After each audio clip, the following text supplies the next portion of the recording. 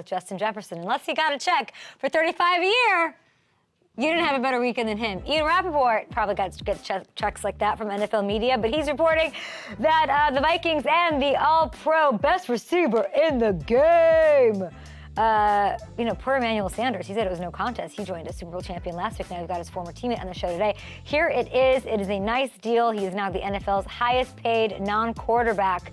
Sources tell him and Tom Pelissero a mammoth 4-year extension worth $140, $35 a year, $110 guaranteed. Ching! And they did this beautifully. I'm going to give them little hearts right here to Kwesi and to Kevin O'Connell and to all of the Vikings fans for getting this done ahead of mandatory minicamp. No looming cloud. Here it is. The highest paid non-quarterback, as said. He jumps Nick Bosa for that honor. $88.7 million of that guaranteed, which sets a record for non-quarterback. We love it. And it resets the market. And it's, to be honest, we were hearing $40 million a year, so this is pretty good. I don't know, not a bad deal for Minnesota.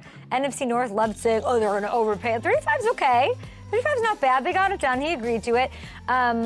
He could have gotten that, by the way, if he hit the open market. He gets security now. He gets to keep the same uni. He gets guaranteed bag action, okay? So the Vikings, what did they get? I don't know, the lockup like the best to do it right now for the next 4 years. Look at these highlights. Ooh, worth every penny. Let's go. That's a great grab. Oh, okay. The timing is great for the Vikings. We went over this at nauseum. It is really hard. Okay, we can't focus while watching these highlights. I can't focus on what I'm saying. These are so beautiful. Oh my God. I miss football. It's less than 100 days. What is it, like 90, 85 days or something? I cannot wait. And I can't wait to see him. It's great timing for the Vikings. We outlined it is very hard, and the precedent is not there for paying both your quarterback and your wide receiver top money and not working out and contending. The choice for Kwesi to move on from Kirk Cousins was about giving this organization flexibility to keep Justin without destroying and handicapping the rest of their roster. So they have Sam Darnold. He's making $5 million this year. JJ McCarthy on a rookie contract. 2 guys that can do it, 2 guys that can duke it out for it. And that decision is what put them in position to get this done and have it be okay. And on the face of it, I know it seems wild to choose a wide receiver over a quarterback, but again, remember, Justin, not just any receiver. This is so wild to me. 98.3 yards per game. That is so much better than any receiver to ever do it. That's wild. He dealt with a bit of injuries last year. We talked to him around December. Going into the rest of the season, we missed him last year at full go. I love Kirk. But with Kirk at where he is in his career, coming off an Achilles tear, this was the choice. It was the best choice for the organization long term, even if it seems counterintuitive. Now, of course, it's not going to be looked that way if JJ and Darnold don't pan out and that high-flying, sort of hard to pick up high-volume KOC thing that they do over there. Shanahan, McVay-esque over there. But regular season MVP for Justin Jefferson, plus 10,000. Okay, interesting. I could see that happening if he can stay healthy. One of those quarterbacks can get him the ball. Whoever ends up getting him the ball is lucky because you get Addison, you get Hawkinson, you get Aaron Jones.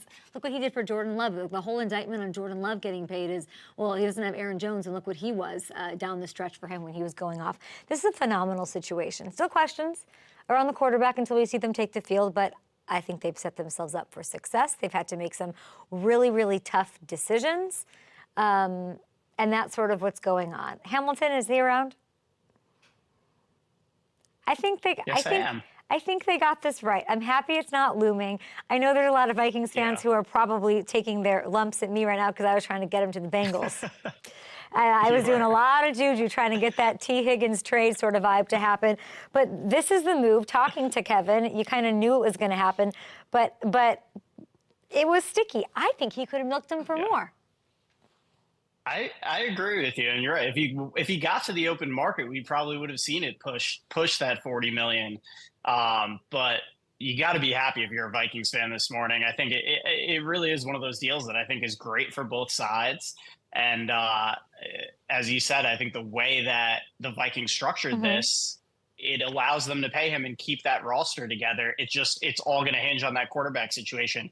It has to work out. Otherwise, we're going to look back at it as a mistake. But I think, without that benefit of hindsight, I think this is what the Vikings had to do going forward to put the organization in a healthy spot. I wonder, what does it mean about what Justin Jefferson feels for a Sam or a JJ? Or do you think, reading all the context that we've had over, weeks, months, since last year, really, when we spoke to him, I remember I was in Cabo in December, and he was so giggly and whatever. But it was, why didn't you sign your paperwork? How much does a quarterback and who's throwing you the ball feed into that? Did he know it was him or Kirk? So was he happy to see Kirk go because it meant that he was going to get his back? Does he think, his numbers are going to be does it show anything about how he feels and how much faith he might have in one or both of those guys? Or maybe even just his coach? Yeah, that's a great question. And you're right. With the coaching, we saw how much Kevin O'Connell even unlocked another level to him, got him that Offensive Player of the Year award in his first year with O'Connell. But I wonder, too, if down the stretch, seeing what he was able to do with Nick Mullins and the rotating cast of quarterbacks that they had, it made him realize, hey, I'm going to get my numbers no matter what.